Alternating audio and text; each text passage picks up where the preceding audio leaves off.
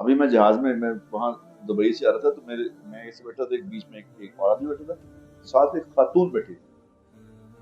وہ خاتون ہوئے گی کوئی 30 35 سال کی کوئی خاتون ہے۔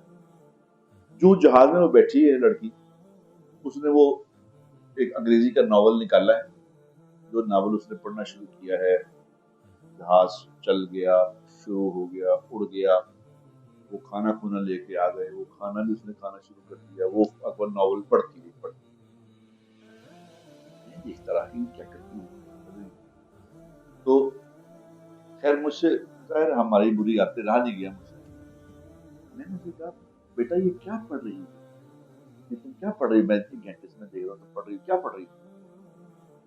اس نے کہا جی یہ ایک ناول ہے۔ میں نے کہا کس کا لکھا ہوا ہے؟ پتہ نہیں کیا، کوئی کسی گورے کا نام ہے۔ میں نے، تم اتنی توجہ سے یہ ناول پڑھ رہی ہو، کبھی تم نے کبھی قرآن پڑھا ہے اتنی توجہ سے؟ تم نے قرآن پڑھا؟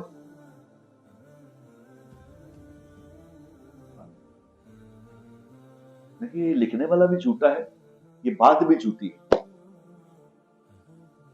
یہ کلام بھی جھوٹا ہے، لکھنے والا بھی جھوٹا ہے۔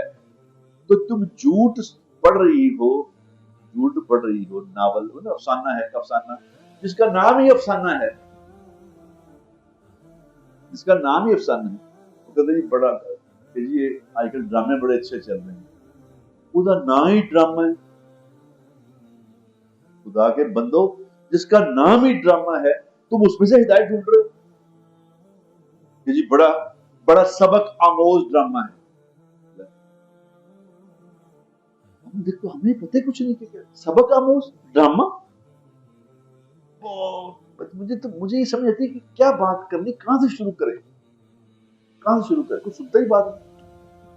کل مجھے کسی نے، اس کو خیر میں نے اس لڑکی کو کہا، میں کہا بیٹا یہ میں تمہیں ایک درخواست کرتا ہوں، اتنا تمہیں ماشاءاللہ پڑھنے کا شوق ہے، تم کہاں سے پڑھی ہو تم؟ اس نے کہا میں لمس سے پڑھی ہوں، لمس سے پڑھی ہوں، اور میں وہاں پہ سنگاپور میں کسی بہت بڑی ملٹی نیشنل کی میں جنرل مینیجر ہوں، اور یہ ہے وہ ہے۔ تو میں نے اسے کہا بیٹا میں تمہیں ایک نصیحت کروں، میری نصیحت پہ عمل کر، تم آج کے بعد یہ قرآن پڑھا کرو جب تمہارے پاس اتنا ٹائم ہوتا ہے، دیکھنا بھلا کیا ہوتا ہے، دیکھنا بھی ہوتا کیا۔